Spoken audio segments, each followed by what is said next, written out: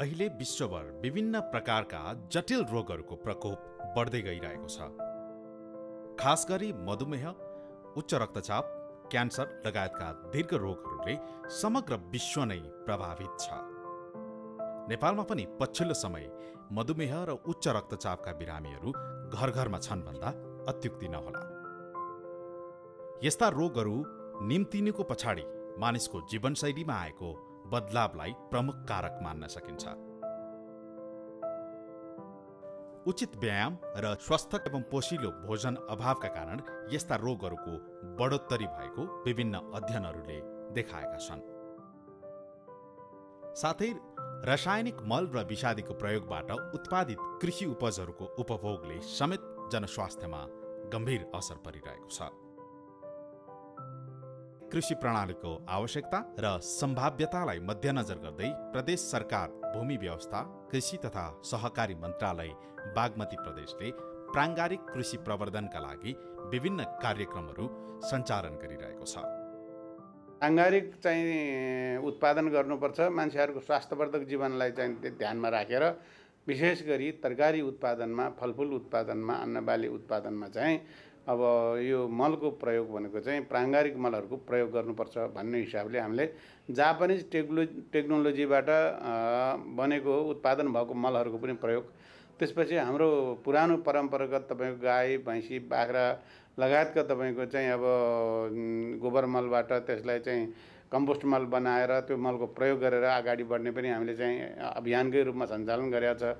अहिले बागमती प्रदेशको मध्यपुर ठिमी नगरपालिकामा र चितवनको राप्ती नगरपालिकामा हामीले जापानिज टेक्नोलोजीबाट एउटा चाहिँ यो प्राङ्गारिक मल उत्पादन गर्ने उद्योग स्थापना गरेर अगाडि बढाइराखेको अवस्था छ। त्यस कारण हामी त्यसलाई चाहिँ क्रमशः तपाईँको यो वर्ष चालु वर्षमा चाहिँ हामी दुधौली नगरपालिका र काभ्रे जिल्लाको एउटा नगरपालिकामा हामीले सुरु गरिराखेका छौँ। आउने यो कार्यक्रममा पनि हामी सबै अब धेरै नगरपालिकाहरूमा, गाउँपालिकाहरूमा प्राङ्गारिक कार्यक्रमहरूलाई अगाडि बढाउने र बिस्तारै रासायनिक मलको अब चाहिँ प्रयोग चाहिँ पूर्ण रूपमा बन्द गर्ने होइन, बिस्तारै घटाउँदै गएर अनि प्राङ्गारिक उत्पादन चाहिँ बढाउँदै गएर चाहिँ माटोलाई फ्रेस माटो बनाउने र त्यसपछि उत्पादनलाई व्यापक बढाएर तपाईँको चाहिँ मान्छेहरूले स्वास्थ्यवर्धक जीवन बिताउने अभियानमा मन्त्रालय लागेको छ।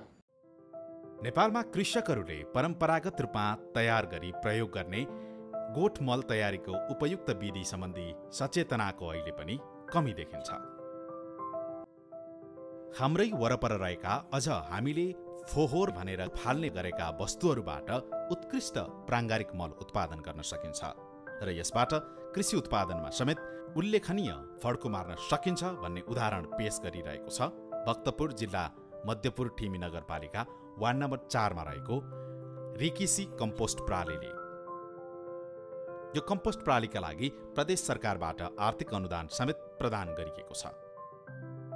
2 दशक भन्दा बढी जापान बसेकी उषा गिरीले जापानका प्रसिद्ध अर्गानिक मल वैज्ञानिक हाचिमोताको उत्प्रेरणा र सहयोगमा यो कम्पोस्ट मल प्रणाली स्थापना गरेकी हुन्। व्यक्तिगत तवरबाट नै प्राङ्गारिक मल उत्पादनको लक्ष्य लिएर नेपाल आएकी उषा बागमती प्रदेश सरकार र ठिमी नगरपालिकाको सहयोगले गर्दा नै यस प्रणालीले उल्लेख्य उपलब्धि हासिल गरेको बताउँछिन्। तपाईँ सहरमा बस्नुहुन्छ वा सहरी रहनसहन वा समाजसँग परिचित हुनुहुन्छ भने यो दृश्यलाई तपाईँले ठम्याउनु भयो होला। यो भक्तपुरको ठिमी नगरपालिकामा फोहोर सङ्कलन गरिएको दृश्य हो। यो फोहोर कतै पनि फाल्न लगिँदैन, बरु यसबाट अत्यन्तै प्रभावकारी कम्पोस्ट मल तयार गरिन्छ। रेकिसे कम्पोस्ट प्रणालीले नेपालमै पहिलो पटक जापानिज प्रविधि मार्फत कम्पोस्ट मल तयार गरिरहेको छ। यो मल तपाईँ हाम्रै वरिपरि रहेका विभिन्न सामग्री प्रयोग गरी तयार गरिन्छ। संसारभरि नै अहिले अर्गानिक गर्नुपर्छ भन्ने लागिरहेछन्। तर अर्गानिक भन्दैमा चाहिँ नि गोबर हाल्दैमा अर्गानिक होइन, सुली हाल्दैमा अर्गानिक होइन। यो टेक्नोलोजी, उहाँको टेक्नोलोजी चाहिँ CNBM भनेर भन्छ। C भनेको कार्बन, N भनेको नाइट्रोजन, B भनेको ब्याक्टेरिया र M भनेको मिनरल। C भनेको चाहिँ कार्बन धेरै जस्तो चाहिँ नि भुसमा पाइन्छ, काठको भुसमा पाइन्छ। तर काठको भुसले चाहिँ नि बोटहरू चाहिँ नि कडा बनाउने भएर चाहिँ नि हामी भुस युज गर्छौँ। र अर्को नाइट्रोजन हामी ढुटोमा पाउँछौँ र अर्को चाहिँ नि यो तेलको पिनेको पिनामा पाउँछौँ। यसमा बढी पाइन्छ, जस्तो पिठोहरूमा पनि पाइन्छ, तर महँगो हुन्छ हाम्रो लागि। अनि हामीले चाहिँ ढुटो युज गर्छौँ भुसको लागि। भुस चाहिँ C चाहिँ नि हामी भुसबाट युज गर्छौँ, नाइट्रोजन चाहिँ हामी ढुटोबाट युज गर्छन्। ब्याक्टेरिया भनेर कुनै किन्नु पर्दैन, कतैबाट इम्पोर्ट गर्दैनौँ। जङ्गलमा हजुर हामीले पनि देखिरहेकै होला, रुखमा चाहिँ केही मल हालेको हुँदैनौँ, तर पनि जङ्गलमा गएर हामी केही टिपेर खान सक्छौँ, कहिलेकाहीँ फलफुल खान सक्छौँ। किनभने त्यो चाहिँ नि नेचरले नै यस्तो गरिदिएको छ कि पात झर्छ, फेरि त्यही नै कुहिन्छ, फेरि मल बन्छ। धेरै थरीको पात झर्छ नि, त्यसले गर्दा चाहिँ एकदम माटो नरम बनाएर आउँछ। त्यही झरेको पातलाई चाहिँ हामी युज गर्छौँ। र मिनरल चाहिँ नि हामीलाई चाहिँ रातो माटो युज गर्छौँ। नेपाल अर्को एउटा चाहिँ कमेरो माटो पनि युज गर्छौँ, तर गर्नुहुन्छ त्यो चाहिँ भर्जिन चाहियो। त्यो चाहिँ नि मिनरल, यसमा चाहिँ माइनस इलेक्ट्रिक हुनु रहेछ, जसले गर्दा हाम्रो जमिनमा चाहिँ प्लस हुन्छ र रातो माटोमा चाहिँ माइनस भएर चाहिँ जति पनि हामीले चाहिँ नि नाइट्रोजन न्युट्रिसनहरू हुन्छ त्यो बगेर नजानले चाहिँ इलेक्ट्रिकको जस्तो, चुम्बकको जस्तो गमको काम गर्ने भएकोबाट हामीले रातो माटो युज गर्छौँ। यो प्रविधि मार्फत कम्पोस्ट मल प्रयोग गर्दा एकातर्फ कृषि उत्पादनका लागि गुणस्तरीय मल तयार भइरहेको छ भने अर्कोतर्फ फोहोर व्यवस्थापनलाई समेत सहयोग पुगिरहेको छ। यो दोहोरो फाइदा तथा स्थानीय स्तरमै मलको पूर्ति गर्न सकिने अवस्थालाई मध्यनजर गर्दै प्रदेश सरकार, भूमि व्यवस्था, कृषि तथा सहकारी मन्त्रालय बागमती प्रदेशले अन्य जिल्ला तथा स्थानीय तहहरूमा समेत मल उत्पादन कार्यलाई कार्यान्वयन गरिरहेको छ। प्रदेश सरकारको पहल, सहयोग र योजनाले मूर्त रूप लिएपछि अन्तर्राष्ट्रिय देशहरूले समेत रेकेसी कम्पोस्ट मल सम्बन्धी प्रविधि र सिपमा चासो देखाउन थालेका छन्। हाम्रो अर्को पनि यहाँ ट्रेनिङ सेन्टर पनि बन्दैछ यहीँ नै ठिमीमा, र जसले गर्दा ओल्डभरिको यो साउथ एसियनको चाहिँ ट्रेनिङ सेन्टर पनि हामी यहाँ बनाउँदैछौँ।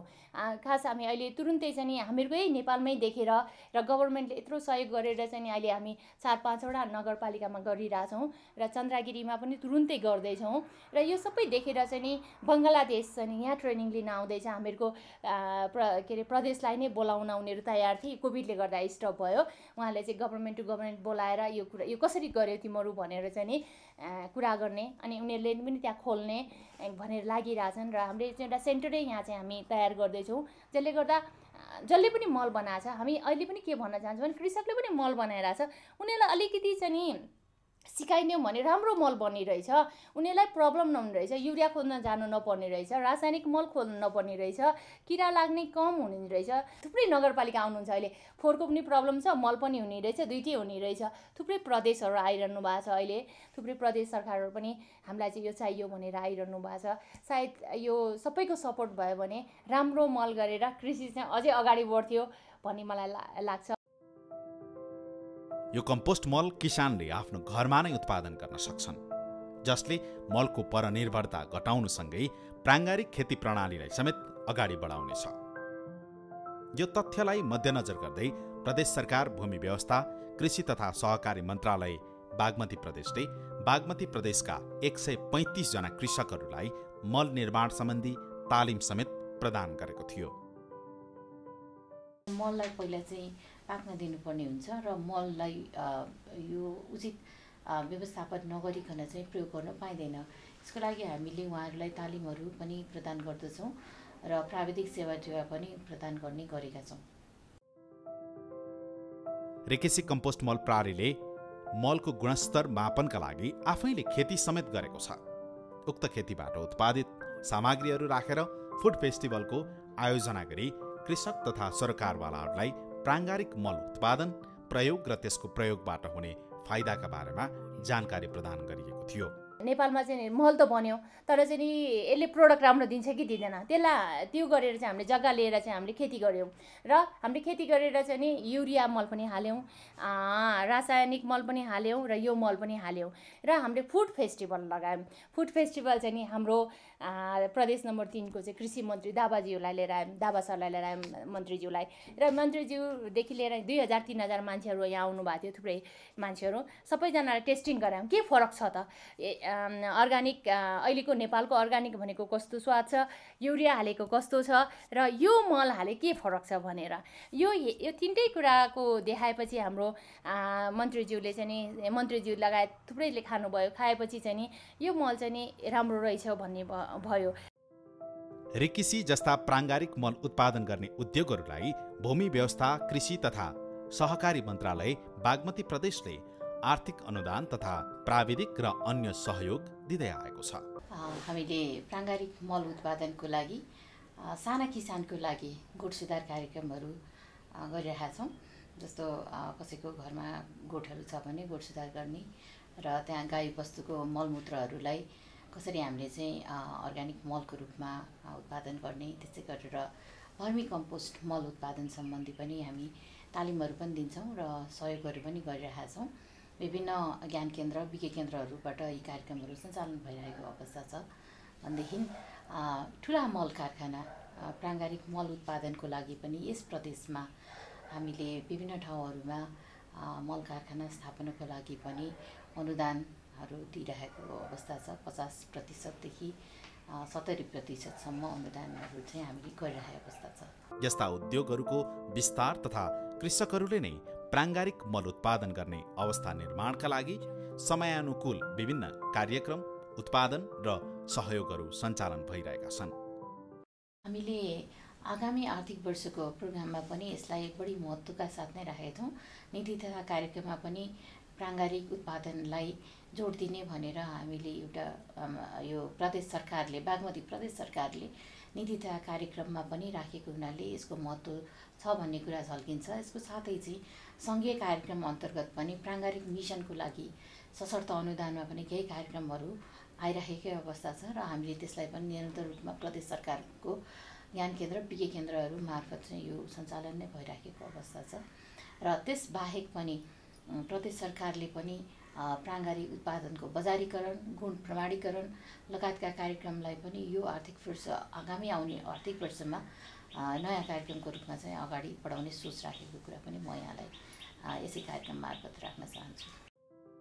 हाम्रा पूर्वजहरूले विगतमा प्राङ्गारिक कृषि प्रणालीलाई नै अवलम्बन गरेका थिए। धेरै उत्पादन हुन्छ भन्ने विश्वासका आधारमा केही दशक अघिदेखि नेपालमा रासायनिक मल र विषादीको प्रयोगको बढोत्तरी भयो, तर यसले आशातीत परिणाम हासिल गर्न सकेन। बरु जनस्वास्थ्यमा समस्या, वातावरणीय प्रदूषण, माटोको उर्वरा शक्ति तथा बालीको उत्पादकत्वमा ह्रासको अवस्था सृजना भयो। अहिले प्राङ्गारिक कृषिका लागि प्राङ्गारिक मल उत्पादनका विभिन्न विधि र प्रविधिहरू प्रयोग भइरहेका छन्। यस्ता विधि, प्रविधि र पूर्वाधारहरू किसानको घर आँगनसम्म पुर्याउन भूमि व्यवस्था, कृषि तथा सहकारी मन्त्रालय बागमती प्रदेशले विभिन्न प्रयास गरिरहेको छ। यो प्रयासलाई सार्थक रूप दिन आम किसान र सरोकारवालाहरूबाट समेत सहयोग हुने विश्वास लिइएको छ।